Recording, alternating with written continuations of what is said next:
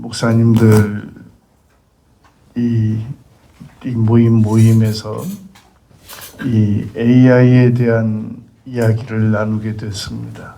그래서 저마다 AI에 대한 편리성과 문제점과 이런 문제들에 대하여 한마디씩 돌아가면서 이 말씀을 나누게 됐습니다.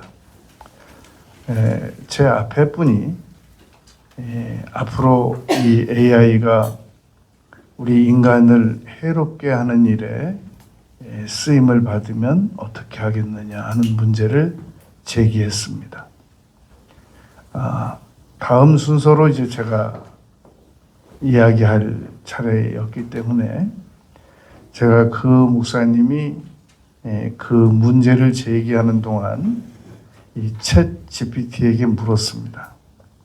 앞으로 이 AI가 우리 인간을 해롭게 하면은 어떻게 할까 하는 두려움의 문제가 지금 거론되고 있는데 이 점에 대하여 내가 무엇이라고 답을 하면 좋겠느냐라고 AI에게 물은 겁니다.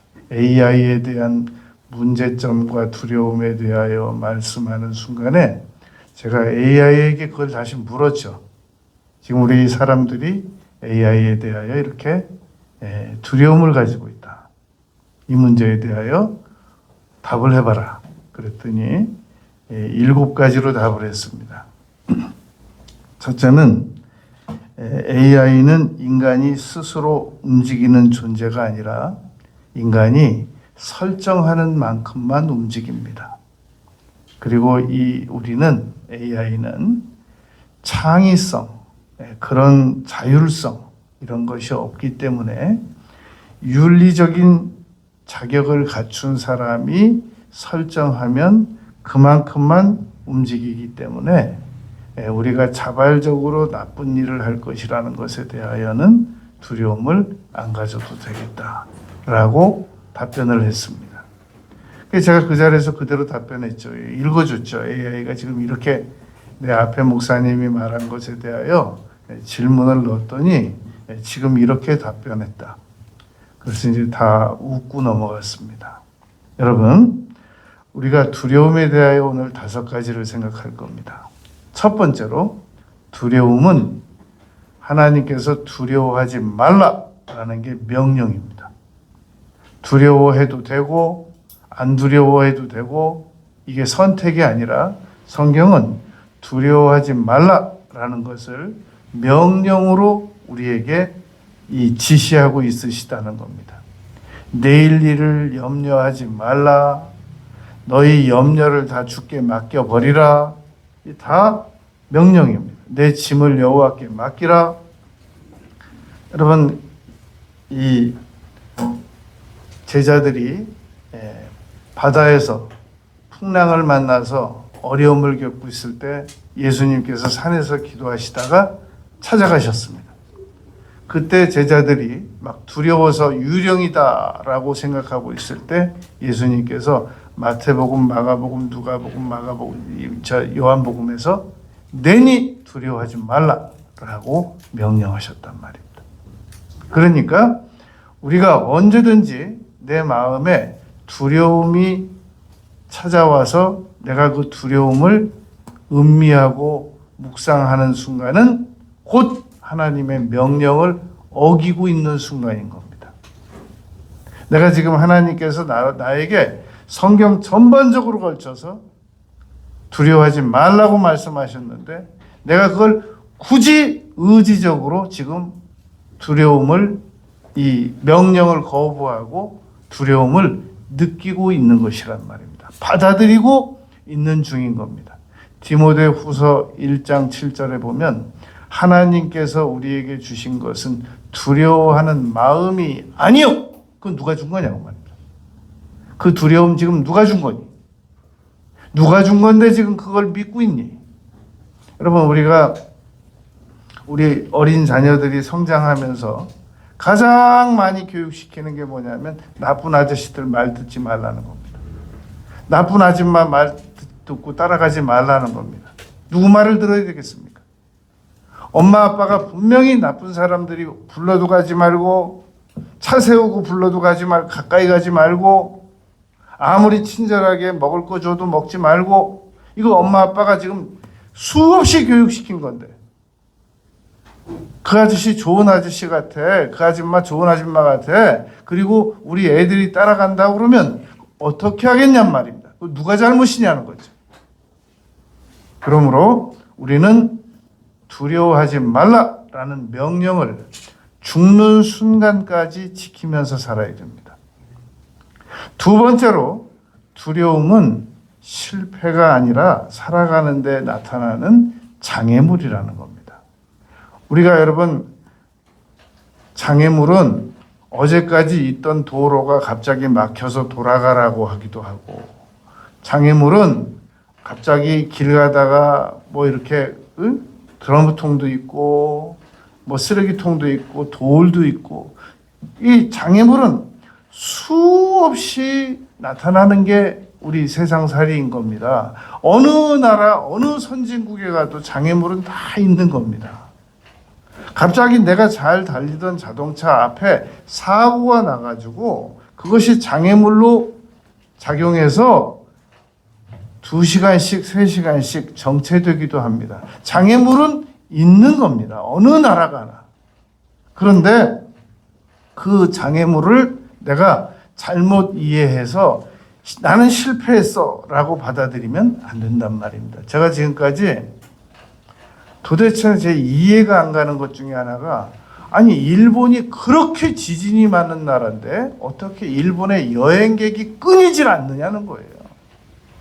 아니 언제 가서 지진 날지 모르는데도 일본 갔다 온 사람, 가고 싶어하는 사람 막을 수가 없어요. 그 위험한 나라를.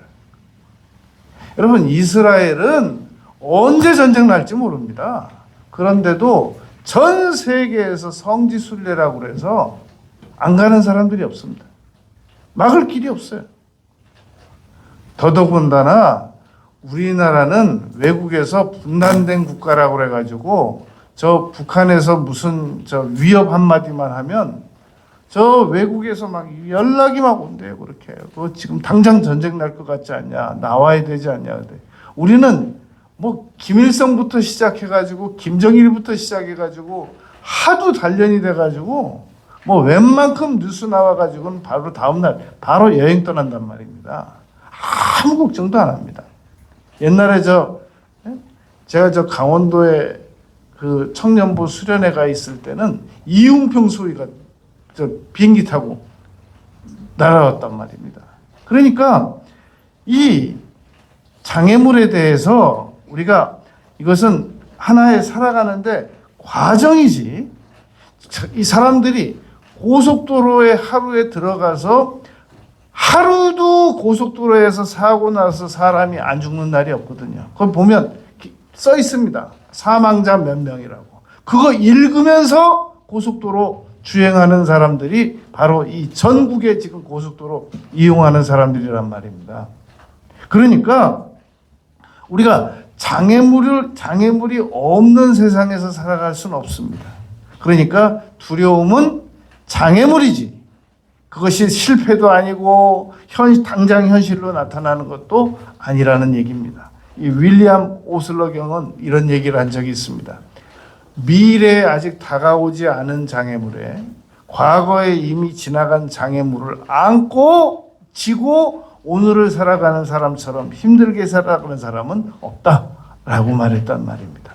여러분, 마태복음 25장에 보면 5달란트 이 주인에게 받고 2달란트 받고 1달란트 받아서 5달란트, 2달란트 받은 사람은 열심히 일을 해서 이득을 남겼단 말입니다. 그런데 1달란트 받은 사람은 두려워서 땅에다가 숨겨놓고 아무 일도 하지 않았단 말입니다.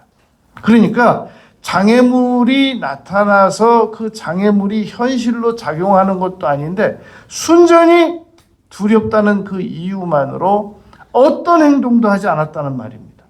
그러므로 두려움을, 이 장애물을 이 앞에서 자기가 느끼고 그 일로 말미암아 덜덜덜덜 떨면서 아무 일도 못하고 살아가는 사람들은 그 사람이 앞으로 어떤 어려움이 다가오더라도 그 사람은 그 장애물 때문에 앞으로 나가지 못할 사람이라는 겁니다. 여러분, 두려움은 아무리 분석을 많이 해도 해답은 없습니다.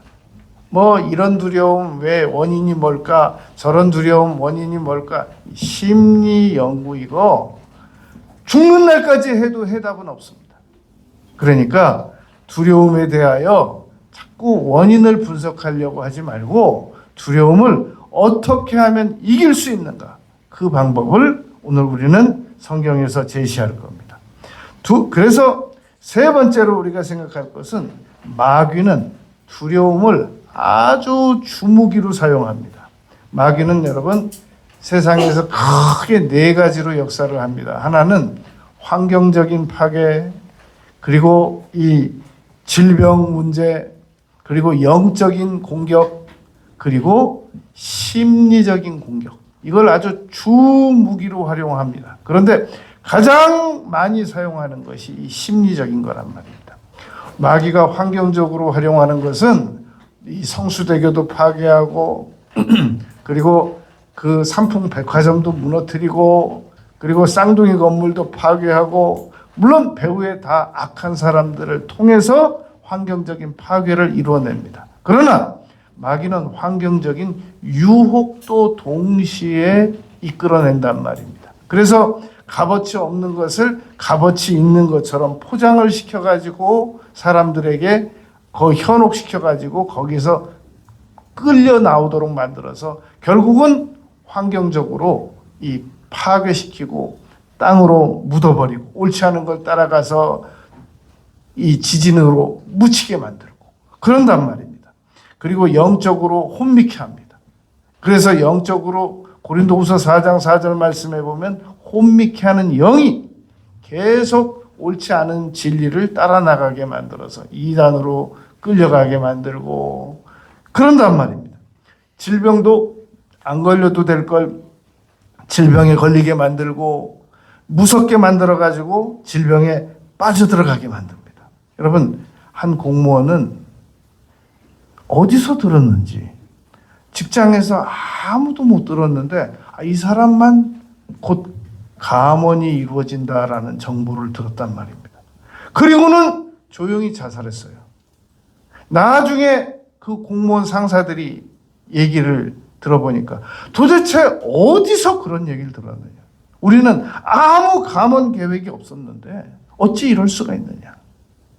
옛날에 여러분 오래전에 저 지방의 통영에서 한 의사 선생님이 시술하다가 환자를 죽게 만들었습니다. 그러면 의료사고니까 얼마든지 신고하면 되잖아요. 바닷가에 가가지고 시신을 유기했단 말입니다. 나중에 기자가 물었습니다. 왜 그랬냐고. 그랬더니 병원 문 닫아야 되고 자기 이 의사 면허 빼앗겨야 되고 그래서 두려워서 그랬다는 겁니다. 여러분, 두려움은 쇠는 여러분 오랫동안 되면 삭어서 없어져요. 줄도 이 삭어서 없어집니다. 그런데 두려움의 끈은 점점 더 강해집니다. 죽는 날까지 더 강해진단 말입니다. 그걸 우리가 인간적인 힘으로 이길 수 없습니다. 그러므로 마귀는 이 두려움을 사용해 가지고 계속해서 죄를 짓게 만들고 그리고 죄의 유혹으로 빠져들게 만들고 죄인의 예감은 어둡게 만들고 그렇단 말입니다. 이사야서 41장 10절은 여러분 제가 청년 때부터 쭉 암송하고 있는 내용이었습니다. 두려워하지 말라. 나는 내가 너와 함께함이니라. 놀라지 말라. 나는 내 하나님이 됨이니라. 내가 너를 굳세게 하리라. 참으로 너를 도와주리라. 그런데 얼마 전에 다시 이사야서 41장 10절을 보니까 그동안 내가 놓치고 암송한 구절이 내용이 있더란 말입니다. 참으로 의로운 오른손으로 너를 붙들리라. 이 내용이 다시 눈에 띄는 거예요. 제가 몇십 년 동안 암송하고 있었던 구절이거든요.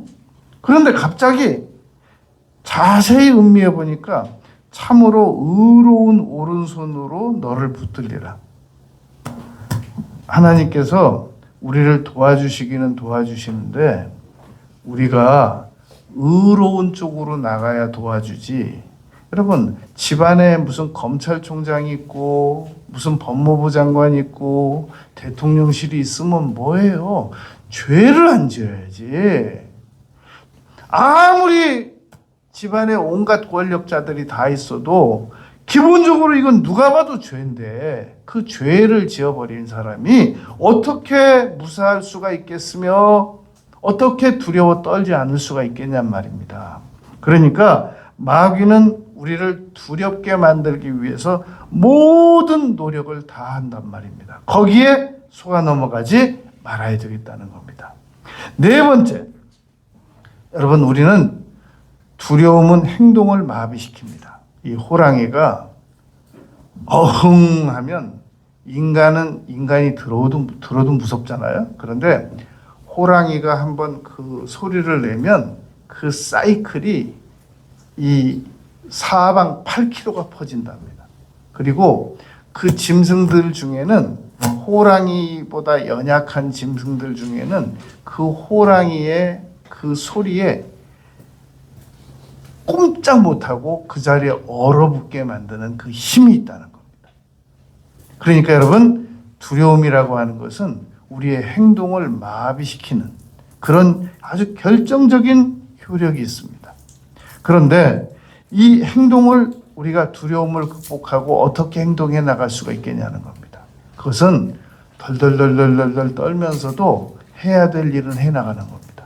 그런데 너무나도 많은 사람들이 두려우면 아무 행동도 안 하고 그냥 멈춰 서 있단 말입니다. 그럼 멈춰 서 있으면 누가 존경해 주는 것도 아니고 더 길이 나아지는 것도 아니고 해법이 열리는 것도 아닌데 두렵다는 이유만으로 행동을 멈춰버리는 겁니다. 그러니까 성취도 이뤄낼 수가 없고 점점 상황은 점점 더 어려워질 수밖에 없단 말입니다. 그래서 두 병사가 있었습니다. 이 한 병사는 아주 기질적으로 이 병사는 용감한 병사예요. 그런데 한 병사는 아주 이 상관이 보기에도 심약한 그런 병사입니다. 그런데 이 두 명을 정찰을 내보냈단 말입니다. 아주 적진에 정찰을 오고 나서는 이 기질상 아주 담대한 이 병사는 담대하게 겁나는 거 없었습니다. 그러고 보고할 거 보고하고 자기가 느낀 거 얘기했단 말입니다. 그런데 그 심약한 병사, 덜덜덜덜 떨고 금방 막 쓰러질 것 같은 그 병사가 그 상관의 명령으로 정찰을 다녀와서 있는 사실 그대로 보고를 하는 겁니다. 상관이 그 기질로 아주 담대한 그 병사는 칭찬하지 않았습니다. 그런데 그 기질상 나약한 그 약한 그 병사를 아주 꼭 껴안아주면서 얘기했단 말입니다. 자네는 정말 훌륭한 일을 했어. 저 친구는 원체 담대한 친구이기 때문에 내가 겁 안 날 줄 알았어. 그런데 자네는 그 심약한 마음으로 그 명령대로 정찰을 다 하고 왔다는 자체가 너무너무 대단한 거예요. 여러분, 우리는 원래 겁이 없는 사람들은 그냥 겁 없이 사는 거예요. 그 사람들은 편도체가 고장났을 가능성도 있어요. 어떻게 사람이 여러분 높은 데 올라갔는데 공포에 질리지 않으며 어떻게 고속으로 달리는 차가 놀라지 않으며 어떻게 이 험한 세상을 두려워하지 않을 수가 있겠습니까? 당연히 두려워하는 세상인데 보이는 게 없고 들리는 게 없는 사람들이나 아무 두려움 없이 살아가는 거지, 이 세상은 두려워하는 것이 너무너무 당연한 거란 말입니다. 그런데 그런 세상이라도 덜덜덜덜 떨면서 자기가 그날 해야 될 일 다 성실하게 하고 그날 움직일 거 다 성실하게 하고 그날 공부할 거 성실하게 공부하고 그런 사람들이 용기 있는 사람인 겁니다. 라는 것이란 말입니다, 여러분. 겁이 없어가지고 그냥 막 자기 하고 싶은 대로 다 행동하는 사람을 용기 있는 사람이라고 봐서는 안 된단 말입니다. 눈 뜨면 겁나고 눈 감아도 겁나고 온갖 생각이라는 건 두려움밖에 없는데도 불구하고 자기가 해야 될 일들을 빠짐없이 성실하게 그 두려움 속에서도 공동묘지 다 다니고 그 두려움 속에서도 어두운 길 다 다니면서 자기가 해야 될 일을 다 열심히 하는 사람을 용기 있는 사람이라고 한단 말입니다. 여러분, 그런 상황 가운데서 다윗이 골리앗에 대하여는 사울 왕만 무서워한 게 아니라 이스라엘 전군이 다 무서워했습니다. 그 사람 저 3m가 넘는 사람이라도 그냥 이스라엘군 10명만 덤벼들면 이길 수 있거든요. 그 10대 1로 이길 수 있단 말입니다. 그런데 누가 먼저 사자에게 감히 덤벼드느냐, 누가 먼저 감히 호랑이에게 덤벼드느냐라는 논리와 같이 그 한 사람 때문에 이스라엘 전군이 다 두려워했단 말입니다. 그러나 다윗은 그때 당시 17부터 20살밖에 안 되는 추정되는 나이의 다윗은 이 물맷돌 5개 가지고 그 중에 하나만 사용해 가지고 싸워서 이겼단 말입니다. 그런데 여러분, 마귀하고 우리가 싸워서 이기려면 먼저 말 싸움에서 이겨야 됩니다. 말 싸움에 여러분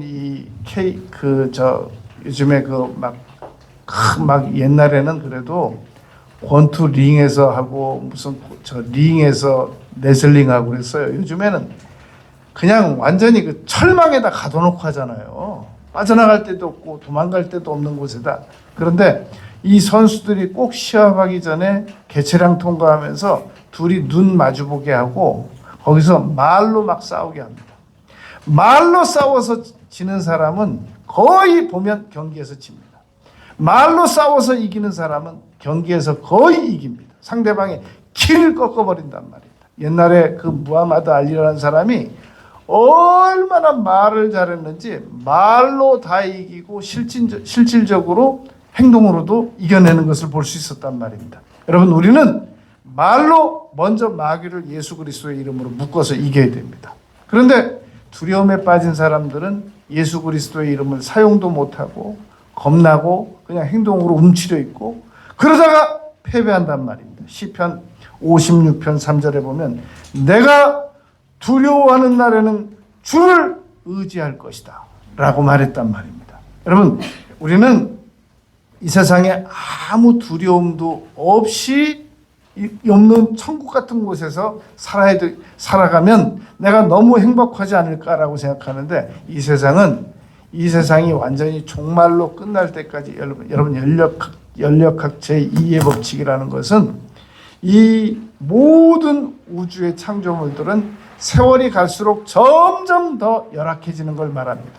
그러니까 이 세상은 아무리 오래 살아도 점점 더 상황이 좋아지지 않습니다.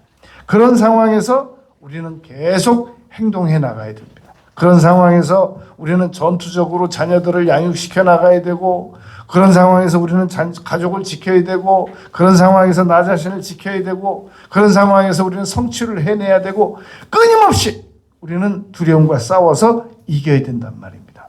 그러하기 위해서 끝으로 우리가 해야 될 일이 오늘 본문 말씀입니다. 시편 34편 4절에 보면 내가 두려워할 때 기도했더니 하나님께서 그 두려움에서 나를 건져주셨도다 라고 말했단 말입니다. 여러분, 미국에서 실제 있었던 일입니다. 솔트레이크 이 시에 메뚜기가 날아와 가지고 이건 막 한 해 농작물을 다 끝내게 생겼어요.